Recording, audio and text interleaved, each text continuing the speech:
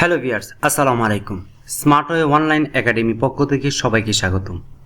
আজকে আমরা আলোচনা করব সিনিয়র এক্সিকিউটিভ কালার ল্যাব, অর্থাৎ যারা ডাইং ডিপার্টমেন্টে ক্যারিয়ার ডেভেলপ করতে চান বা কালার কম্বিনেশন নিয়ে কাজ করতে চান, তাদের জন্য আজকের এই ভিডিওটি খুবই ইম্পর্ট্যান্ট। ভিডিওটি অবশ্যই শেষ পর্যন্ত দেখবেন। আর একটা ছোট্ট একটি রিকোয়েস্ট, যদি আমার এই চ্যানেলে নতুন হয়ে থাকেন তাহলে অবশ্যই আমাকে সাবস্ক্রাইব করে পাশে থাকুন, কারণ এই চ্যানেলে প্রত্যেক দিন জব পজিশন নিয়ে আলোচনা করা হয় এবং skill development, job responsibility, job analysis, job responsibility ইত্যাদি ইত্যাদি নিয়ে আলোচনা করা হয়। অবশ্যই চ্যানেলটাকে সাবস্ক্রাইব করে পাশে থাকুন। চলুন আমরা মূল আলোচনায় চলে যাই। সুপারভাইজ ল্যাবরেটরি কালারেশন ওয়ার্ক, আপনাকে অবশ্যই কালারেশন ওয়ার্ক কাজ করে ল্যাবরেটরিতে কাজ করতে হবে সুপারভাইজার হিসেবে। অ্যান্ড ইনশিওর, নিশ্চিত করতে হবে it is carried out in compliance with the requirements of the specification.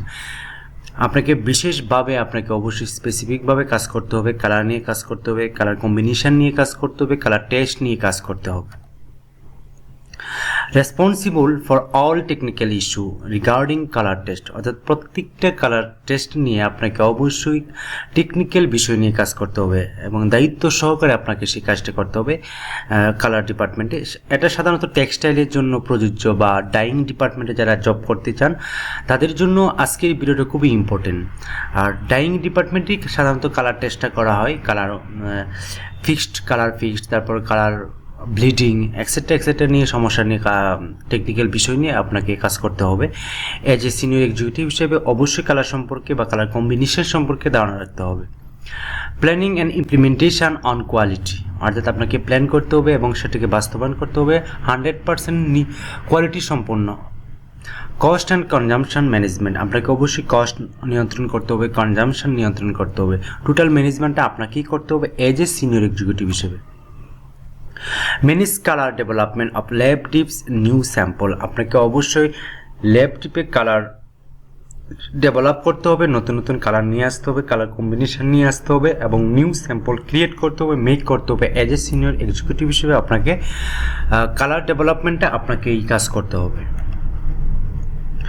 Visually approve all colors for multiple fabrication of lab tips and also finished sample bulk lots for all buyers, অর্থাৎ প্রত্যেকটা বায়ারের colour combination দিয়ে থাকে, colour দিয়ে থাকে, সেটাকে approval করতে হবে এবং সেই প্রত্যেকটা কালার নিয়ে আপনাকে কাজ করতে হবে এবং ফেব্রিকে কোন ফেব্রিকে কী ধরনের কালার মিক্সড হয় বা ফিক্সড হয় সেই বিষয়টিও আপনাকে টেকনিক্যাল বিষয়গুলো জানতে হবে এবং প্রত্যেকটা ল্যাব ডিপ কালার টেস্ট এবং ফিনিশড স্যাম্পল তৈরি করতে হবে এবং বাল্ক প্রোডাকশনের জন্য আপনাকে অল ভায়ারের সাথে কমিউনিকেশন করেই কিন্তু সেই বাল্ক প্রোডাকশনে যেতে হবে এবং সেই কালারটা কন্ট্রোল আপনাকেই করতে হবে এজ এ সিনিয়র এক্সিকিউটিভ হিসেবে।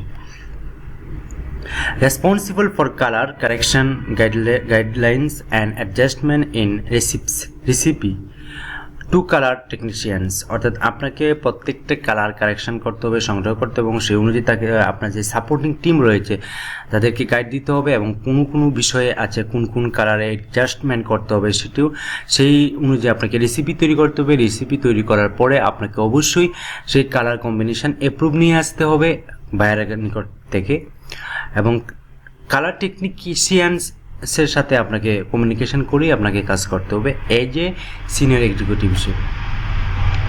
Create and maintain all colour attributes, অর্থাৎ আপনার প্রত্যেকটা কালার মেনটেন করতে হবে এবং তৈরি করতে হবে। Lab dip and physical colour library of all buyer, প্রত্যেকটা বায়ারের যে কালার চাহিদা রয়েছে বা রিকোয়ারমেন্ট রয়েছে সেই অনুযায়ী আপনাকে অবশ্যই কালারটাকে 100% কালারটা মেক করতে হবে এবং সেটা বাস্তবায়ন করতে হবে। সেখানে কোনো ফেব্রিকে কালার ফিক্সড হচ্ছে কিনা বা ব্লিডিং হচ্ছে কিনা, কী ধরনের কালার ব্যবহার করা হয় প্রত্যেকটা ফেব্রিকে, সেই বিষয়ে আপনাকে নলেজ রাখতে হবে এজ এ সিনিয়র এক্সিকিউটিভ হিসেবে।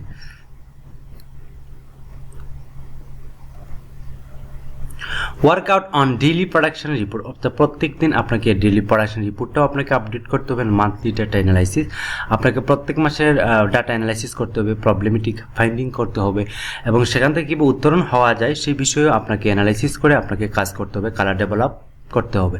প্রত্যেকটা প্রোডাকশনের রিপোর্ট রাখতে হবে আপনাকে, যে কালার কোন ধরনের কালার রয়েছে বা কোন ফেব্রিকে কী ধরনের কালার ব্যবহার করা হয়েছে সেই বিষয়টিও আপনাকে রিপোর্টে আনতে হবে। Give guideline to color technicians about new dyes, chemicals, characteristics, dyeing process, recipe formulation or other so on. অর্থাৎ আপনাকে প্রত্যেকটা টেকনিক্যাল বিষয় বা কালারের যে টেকনিক্যাল বিষয় রয়েছে সেই বিষয়ে আপনাকে গাইডলাইন দিতে হবে এবং ডাইস কেমিক্যাল সম্পর্কে বা তাদের যে বৈশিষ্ট্য সম্পর্কে আপনাকে ধারণা দিতে হবে, তাদেরকে মোটিভেট করতে হবে, ডাইং প্রসেস সম্পর্কে আপনার জানতে হবে বা আপনার সাপোর্টিং টিমকে জানাতে হবে, রেসিপি ফর্মুলেশন কীভাবে রেসিপি করে ক্রিয়েট করতে হবে, মেক করতে হয় সেই বিষয়ে আপনাকে অবশ্যই ট্রেন আপ করা হবে টু অদার সো অন। অর্থাৎ আপনাকে প্রত্যেকটা কালার বা ডাইস কেমিক্যাল নিয়ে বৈশিষ্ট্য নিয়ে বা ডাইং প্রসেস নিয়ে আপনাকেই কাজ করতে হবে এজ এ সিনিয়র এক্সিকিউটিভ হিসেবে।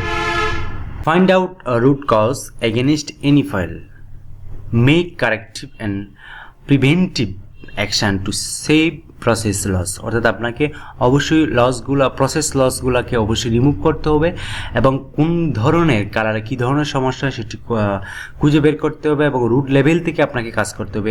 প্রধান কারণটি আপনাকে বের করতে হবে যে কালার কেন মিলে না বা কালার কেন ফিক্সড হয় না, সব কিছুই ফাইন্ডিং করে খুঁজে বের করে আপনাকে কারেক্টিভে যেতে হবে এবং আপনাকে সেই প্রসেসগুলোকে অবশ্যই যাতে করে বেশি প্রসেস লস না হয় সেদিকে খেয়াল রাখতে হবে এবং সেভাবেই আপনাকে ডেভেলপ হয়ে কাজ করতে হবে।